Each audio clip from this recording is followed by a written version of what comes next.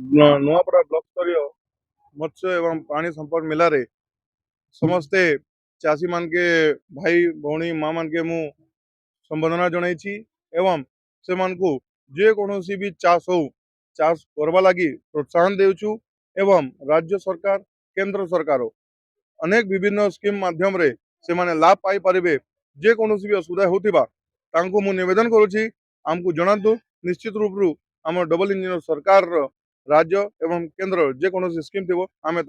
लाभान्वित करूँ। सुंदर भाव में ब्लॉक स्तरीय मत्स्य एवं प्राणी संपद मेला बहुत सुंदर भाव में अनुष्ठित है। बहुत चाषी मैंने आम जो युवक युवती माँ मैंने भी सम्मानित होती बहुत सुंदर भाव में से प्रत्येक योजनार लाभ पाँच आठार गोटे आउ गोटे कथा कहवाक चाहे जमी आम ओडिशा सरकार को बर्तमान जो मुख्यमंत्री कामधेनु योजना ता बहुत भल भाव बहुत सुविधा अच्छी और समस्ते बहुत भल भाव उपयोग कले आम नुआपड़ा अंचल जमी गोटे डेयरी इंडस्ट्री हो पार से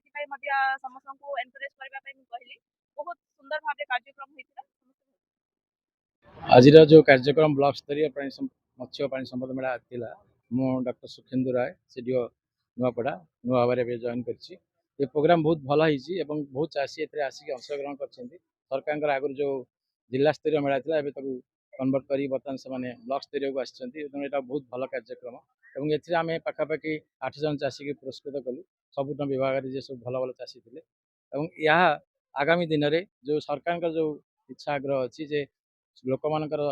इनकम माने चाषी इनकम डबल हम ए भावुँ यार फायदा उठे से लाभ